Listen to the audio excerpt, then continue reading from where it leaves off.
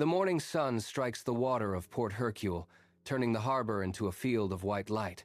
100 hulls shift in the wake, polished surfaces mirroring the sky. This is not just a marina. It is a floating city of steel and glass where every mooring carries a price tag that defies logic. On the decks, the world looks different. Champagne flutes catch the sun, and the air is thick with the scent of sea salt and expensive ambition. These individuals move through the space with the ease of those who own the horizon. Laughter drifts across the water, light and rhythmic, barely rising above the low, constant hum of the harbor machinery. Every detail here is curated for impact. The deck chairs are positioned for the perfect view, though no one is looking at the water. They are looking at each other, mapping out the geography of their own influence. The silence of the morning is heavy, polished, and perfectly maintained. It is the calm before the mechanical storm, a display of wealth so absolute that it feels like a physical barrier, keeping the rest of the world at a comfortable distance. Then, the silence shatters. It starts as a vibration in the chest, a low-frequency rumble that climbs into a violent, high-pitched scream. A V6 turbo-hybrid engine tears through the narrow tunnel, the sound multiplying as it bounces off the concrete canyon walls. The air itself seems to buckle under the pressure. On the decks, the crystal flutes stop mid-air.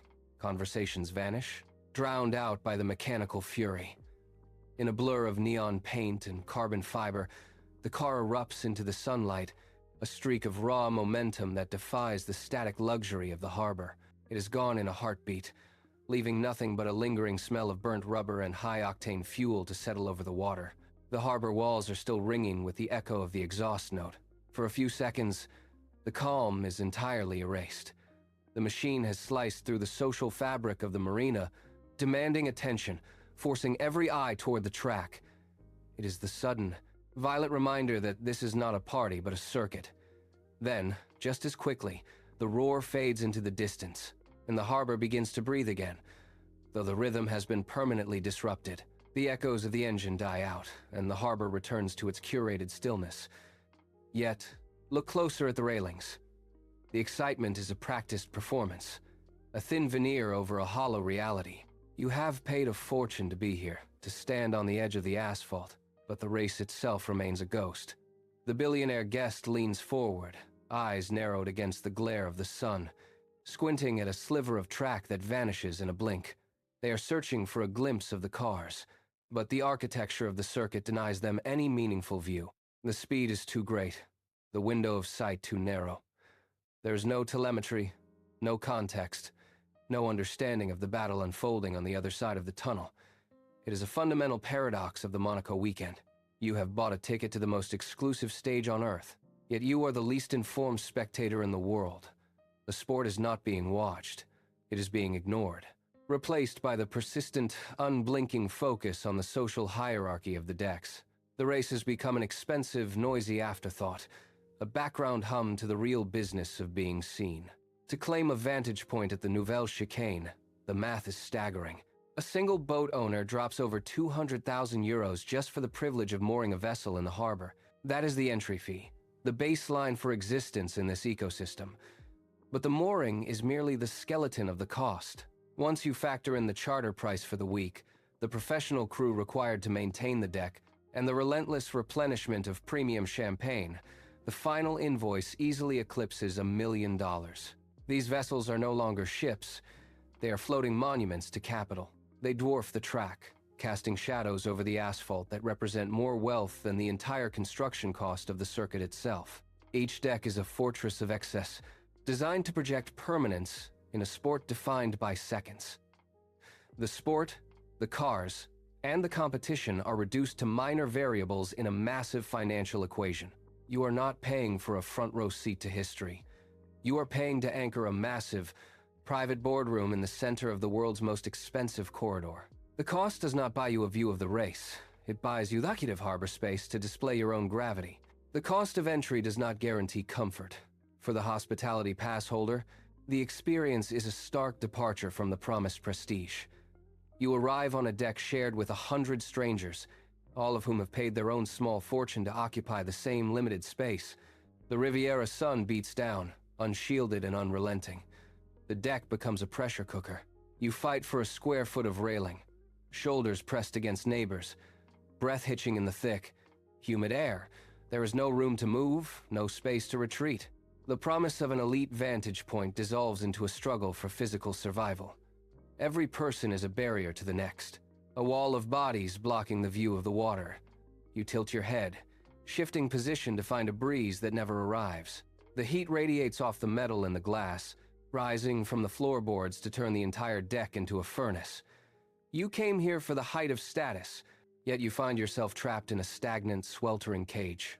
The luxury is gone, replaced by the raw, physical reality of too many people in too little space, all waiting for a race they cannot even see. The atmosphere shifts as the lights go out. A low, guttural vibration rises from the asphalt, traveling through the soles of boots and the steel of the deck. Then, the sound erupts. It is not just noise. It is a physical force that tears through the harbor. The cars scream past the chicane in a blurred streak of color.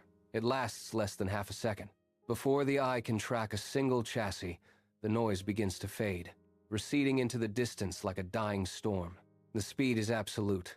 The cars are gone.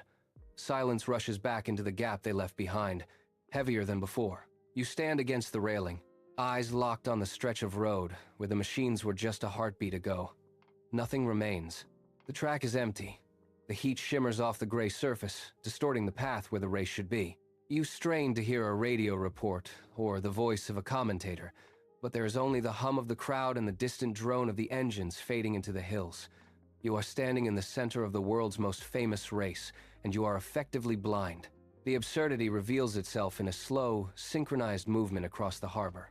One by one, the guests along the railing stop looking at the asphalt. They pivot.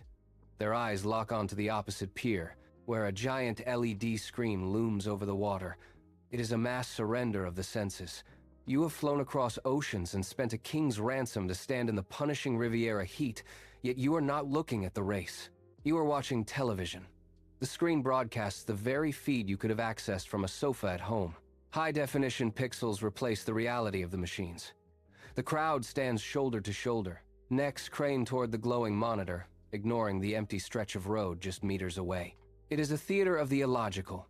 The sunlight glares off the screen, washing out the colors, forcing the viewers to squint and lean forward to catch the telemetry. They have traveled to the center of the world's most exclusive sporting event to watch a broadcast, ignoring the physical world entirely. The irony is total, unavoidable, and broadcasted to everyone on the deck. They are paying millions to be present, only to view the event through the exact same glass as the fans watching for free at home. Thousands of miles from the harbor, a fan sits in a dimly lit room. They do not fight for space. They do not squint against the glare. They command a digital cockpit. With a simple tap, they cycle through onboard cameras, tracking the precise tire degradation of every machine on the grid. They listen to the raw, unfiltered tension of pit wall communications, hearing the strategic chess match unfold in real time. They hold the omniscience of a god. Back on the yacht, the reality is far more primitive. The deck is a pressure cooker. The sun beats down, unyielding and relentless, turning the polished wood into a furnace. A guest reaches for a glass, but the champagne is warm, soured by the humidity. Their skin tightens under a growing, angry sunburn. They stand in silence, trapped behind a wall of strangers, unable to see the pit lane or hear the team orders that dictate the race. They possess nothing but the heat and the static image on the distant screen. The fan at home watches the history of the sport, analyzing every nuance of the performance.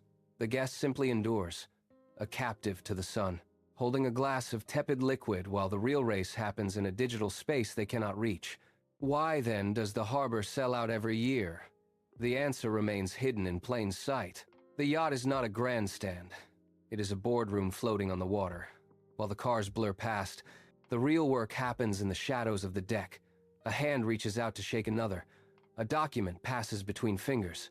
Networks expand and reputations solidify, all conducted amidst the ambient, deafening roar of engines. You do not come to Monaco to watch the racing. You come so the world can watch you. The environment is a carefully constructed ecosystem designed for social survival. Conversations are calculated, pauses are strategic, and every glass of champagne is a tool for leverage. The race is merely the background noise to a much higher stakes game. Here, the priority is not the checkered flag, but the signature on a contract. The guests move with a deliberate, practiced intensity, navigating the deck as if it were a high-pressure office. They are not spectators. They are participants in a performance of influence. The harbor exists as a stage where status is the primary currency, and the racing is simply the backdrop for the real business of the elite. It is a perfect, absurd ecosystem. The billionaires pay a fortune for the privilege of being seen, while the true fans capture the essence of the race for the price of a simple subscription. The disparity is absolute. One group consumes the data, the strategy, and the raw history of the sport as it unfolds. The other group consumes the atmosphere, the social cachet, and the visual proof of their own presence. As the cars cross the finish line and the engines finally cut to silence, the fans at home log off, their minds sharp with the details of the competition. On the docks, the guests adjust their posture, checking their reflections in the glass. The race is over, but the performance continues. The next time the lights go out in Monaco, look closely at the harbor. One group is witnessing the history of the sport, cataloging every overtake and technical failure. The other group is merely posing for the photograph, waiting for the shutter to click so they can prove they were there. In the end, the sport belongs to those who watch it, while the harbor belongs only to those who need to be seen.